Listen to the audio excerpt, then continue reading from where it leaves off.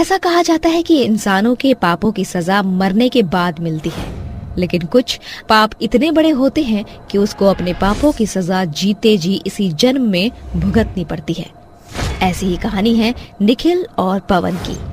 निखिल अपनी बीवी के साथ मोती नगर में रहता है। वो एक प्लम्बर था, जिस वजह से वो बहुत ही ज्यादा बिजी रहता था। एक दिन रागिनी अपने पति को फोन करती है और बोलती है, निखिल, तुम तो इतना बिजी रहते हो कि मेरे लिए टाइम ही नहीं निकालते। मैं तो यहाँ पर बोर हो जाती हूँ। रागिनी, तुम्हें तो पता है मैं कितना बिजी रहता हूँ, और अब मैं तुम्हें टाइम नहीं दे पा रहा, तो इसमें मेरी क्या गलती है? तुम ऐसा करो, कुछ दिन के लिए तुम अपने मायके चली जाओ। इतना कहकर वो दोनों फोन रख देते हैं, जिसके बाद रागिनी अपने मायके चली जाती है। रागिनी कुछ दिन मायके रहती है और कुछ दिनों के बाद रागिनी मायके से वापस अपने पति के घर आती है। जब वो अपने मायके से वापस आती है तो थोड़ी अजीब अजीब हरकतें करती है। उसकी आंखें हमेशा ही लाल रहती थी। शाम को जब राघव अपने घर वापस आता है और खाना खाकर सोने के लिए जा रहा होता है कि तभी वो देखता है कि रागिनी अपना तकिया लेकर बाहर हॉल में सोने जा रही थी। ये सब देखकर निखिल उससे बोलता है, अरे भाग्यवान, अब तुम अपना बोरिया बिस्तर उठाकर हॉल में क्यों जा रही हो? मुझे तेरे साथ नहीं सोना है, समझा तू? निखिल थोड़ा हैरान हो जाता है क्योंकि रागिनी ने आज तक निखिल से ऐसे बात नहीं की थी। निखिल अब अपने कमरे में जाकर सो जाता है। अगली सुबह जब वो उठकर अपनी पत्नी रागिनी के पास आता है तब उससे बोलता है, अरे मैं तुम्हें बताना भूल गया, मुझे आज ऑफिस जल्दी जाना है, तो तुम मेरा लंच बना दो।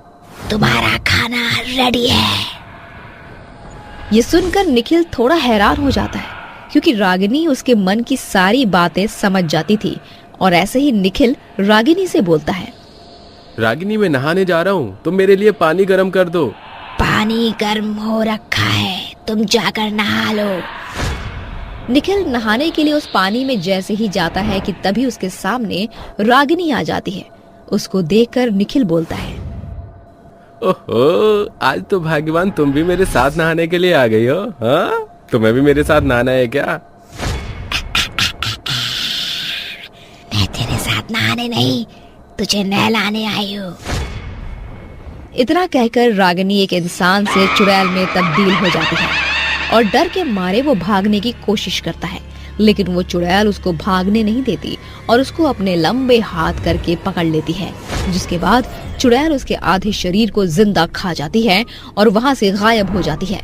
चुड़ैल होने की वजह से रागिनी उस चुड़ैल की आत्मा को सहन नहीं कर सकी, जिसके कारण रागिनी भी मर गई थी। चुड़ैल अब अपने अगले शिकार के लिए गांव में घूमने लगती है।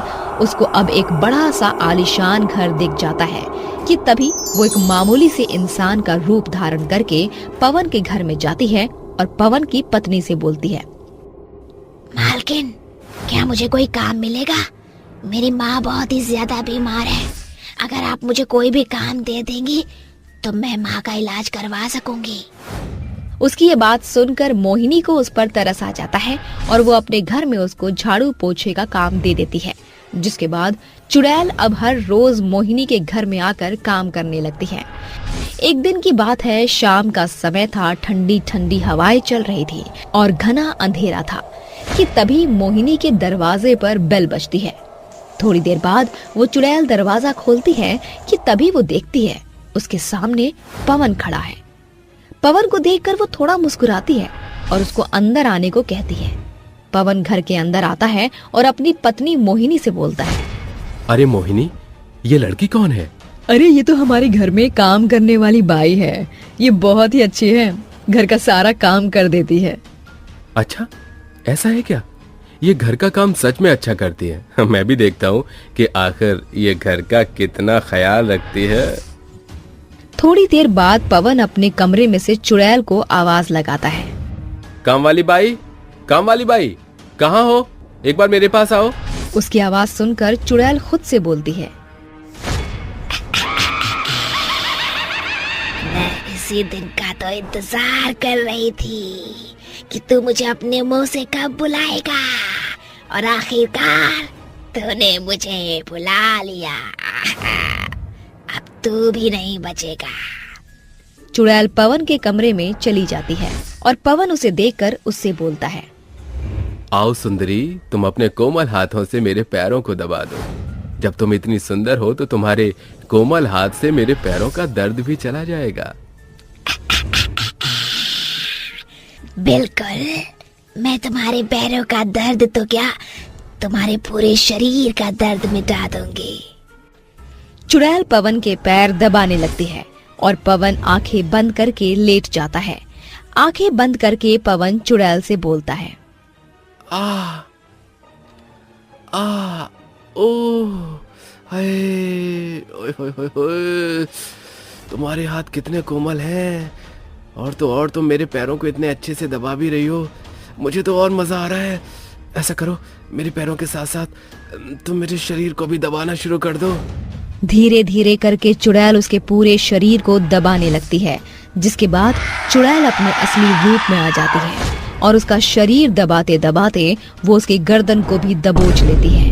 तब वो देखता है कि उसके सामने कोई सुंदर लड़की नहीं बल्कि एक चुड़ैल बैठी हुई है। चुड़ैल को देख पवन चीखने लगता है, बाप रे वाह, तो कोई नौकरानी नहीं, एक चुड़ैल है। चुड़ैल, तू मुझे क्यों मार रही है? आखिर मैंने तेरा क्या बिगाड़ा है? क्यों रे पवन, तू मुझे भूल गया? याद कर, मैं भी तुझसे अपनी जिंदगी की इस तरह भीख मांग रही थी।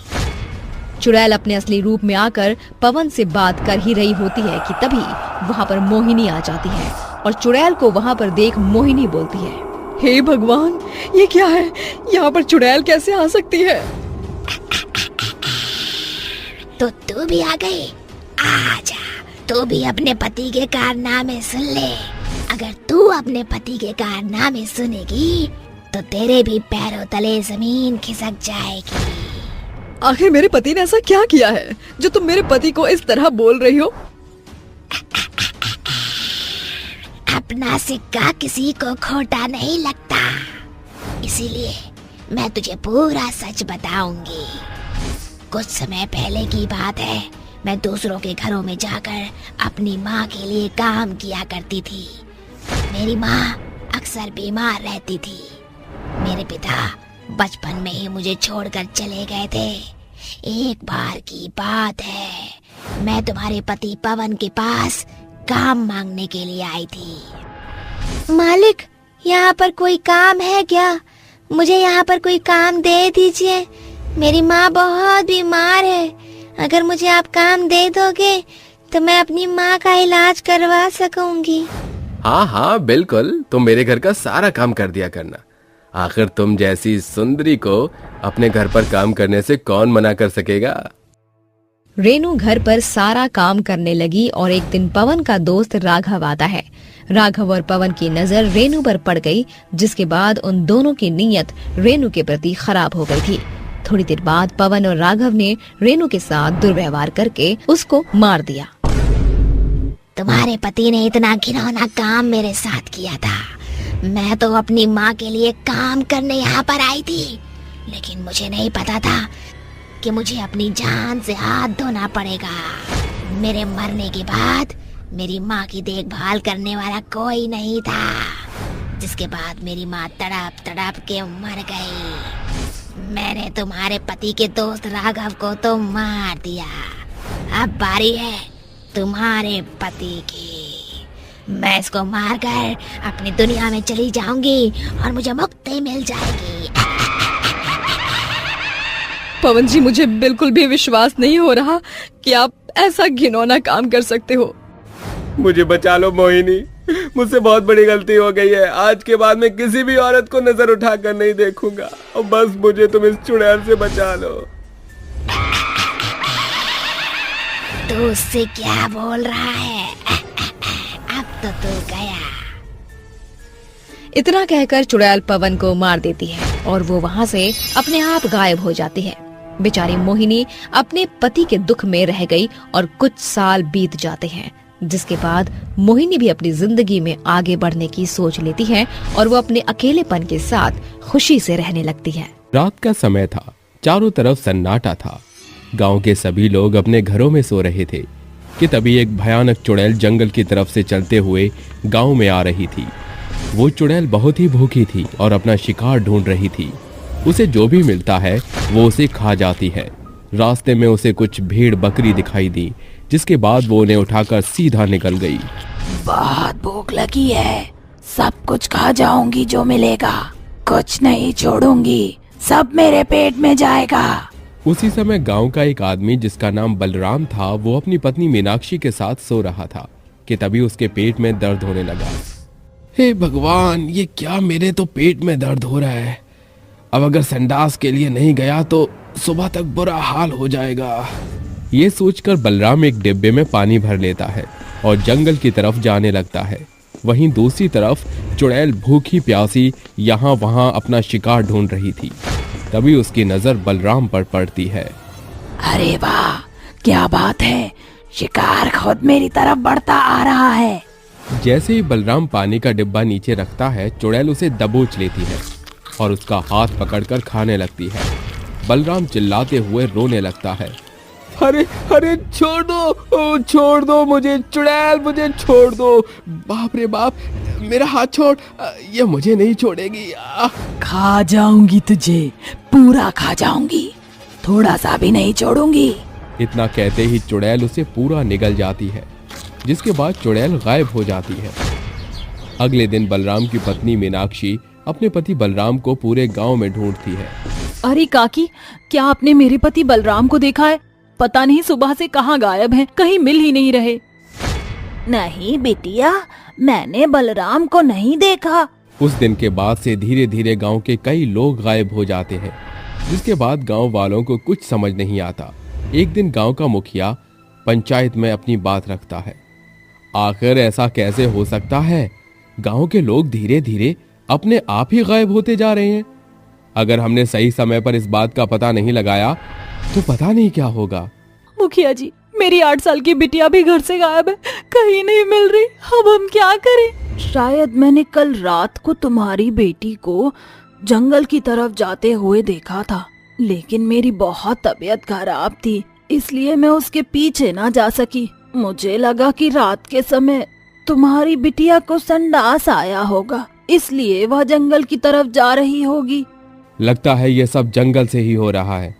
हमें इस बात का पता लगाना होगा। आज रात सभी लोग चौकन्ने रहना और कोई भी संडास करने घर से बाहर मत निकलना। सभी लोग मुखिया की बात मान लेते हैं और रात के समय कोई भी घर से बाहर नहीं निकलता। वहीं दूसरी तरफ वो लोग अपने अपने घर के बाहर कुछ जानवरों को बांध देते हैं और सभी घर के अंदर रहकर जानवरों के ऊपर कड़ी से कड़ी निगरानी रखते हैं। तभी आधी रात के समय जंगल से एक भयानक चुड़ैल गांव की तरफ आने लगती है। लगता है गांव के सभी लोग सो गए हैं, कोई भी नहीं दिख रहा। आज इन जानवरों को ही खाकर अपना पेट भर लेती हूँ। ऐसे ही चुड़ैल जानवरों को खाने लगती है। तभी गांव के सभी लोग इकट्ठा हो जाते हैं और चुड़ैल को घेर लेते हैं, जिसके बाद गांव के सभी लोग पत्थर उठाकर चुड़ैल को मारने लगते हैं। ये क्या कर रहे हो तुम लोग? छोड़ दो मुझे, जाने दो। मुझे पत्थर क्यों मार रहे हो तुम लोग? बता चुड़ैल, कहाँ है मेरी पत्नी? तूने मेरी पत्नी को कहाँ छुपाया है? मेरे पति बलराम भी नहीं मिल रहे हैं, तूने ही मेरे पति को खाया होगा। चुड़ैल कहीं की, तुझे शर्म नहीं आती इंसानों को खाकर? जिन लोगों की तुम बात कर रहे हो वो लोग तो अब मेरे पेट में हैं। ये कहकर चुड़ैल अचानक से गायब हो जाती है। वहीं दूसरी तरफ गांव के सभी लोग डर जाते हैं। मैं अब इस गांव में एक पल भी नहीं रुक सकता।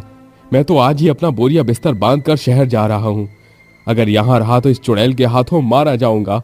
ये चुड़ैल तो बार बार गायब हो जाती है, हम इसे नहीं मार सकते। हाँ हाँ बिल्कुल, हम भी गांव को छोड़कर जा रहे हैं। ऐसे गांव में कौन रहना चाहेगा जहां पर एक चुड़ैल का साया हो। धीरे धीरे गांव के सभी लोग गांव को छोड़कर चले जाते हैं। वहीं दूसरी तरफ अब चुड़ैल को इंसान का भोजन प्राप्त नहीं हो पाता और वो बौखला जाती है। अरे कहाँ मर गए सारे के सारे? आखिर ये गांव वाले गए कहाँ हैं? एक भी इंसान नहीं मिल रहा। बहुत जोरों से भूख लगी है। चुड़ैल गांव वालों को ढूंढते ढूंढते समंदर के किनारे पहुंच जाती है, जहां उसे एक बहुत ही सुंदर जल परी दिखाई देती है। अरे वाह, कितनी सुंदर जल परी है। मन कर रहा है इसे अभी के अभी खा जाऊं। ये सोचकर चुड़ैल जल परी को पकड़ने जाती है, जिसके बाद वो जल परी को पकड़ के खाने वाली होती है। लेकिन तभी वो सोचती है, अरे नहीं नहीं, इसको एक साथ पूरा नहीं खाऊंगी, इसको आधा काट के कल के लिए बचा लेती हूँ। वैसे भी गांव वाले गांव छोड़कर चले गए हैं, अब मुझे अपने पेट का ध्यान रखना होगा। चुड़ैल एक बड़े से चाकू से जलपरी की पूंछ काट देती है, जिसके बाद वो जलपरी एक परी में बदल जाती है और चुड़ैल से कहती है, तुमने मुझे आजाद कर दिया। कई साल पहले मैं अपनी जादुई शक्तियों का बहुत गलत इस्तेमाल किया करती थी, जिसके बाद एक दिन मेरी जादुई शक्तियों से परी लोक की एक परी को बहुत चोट पहुंच गई और इसी वजह से परी लोक की महारानी ने मुझे एक जलपरी बना दिया। तुम्हारे काटने पर मैं मुक्त हो गई। मांगो, तुम्हें क्या मांगना है? मैं अपने जादू से तुम्हें हर एक चीज दे सकती हूँ। कुछ समय पहले मैंने खुद की ही जान ले ली थी। दरअसल हुआ ये था कि मेरा पति बहुत शराब पीता था और शराब पीने के बाद वह मुझे बहुत मारता था। मैं उसकी मार सहन नहीं कर पाती थी और इसीलिए मैंने आत्महत्या कर ली, जिसके बाद मैं एक चुड़ैल बन गई और लोगों को खाकर अपना पेट भरने लगी। लेकिन मुझे मुक्ति चाहिए, मैं अब इंसानों को खाना नहीं चाहती। क्या तुम मुझे मुक्ति दिला सकती हो? हाँ हाँ, क्यों नहीं।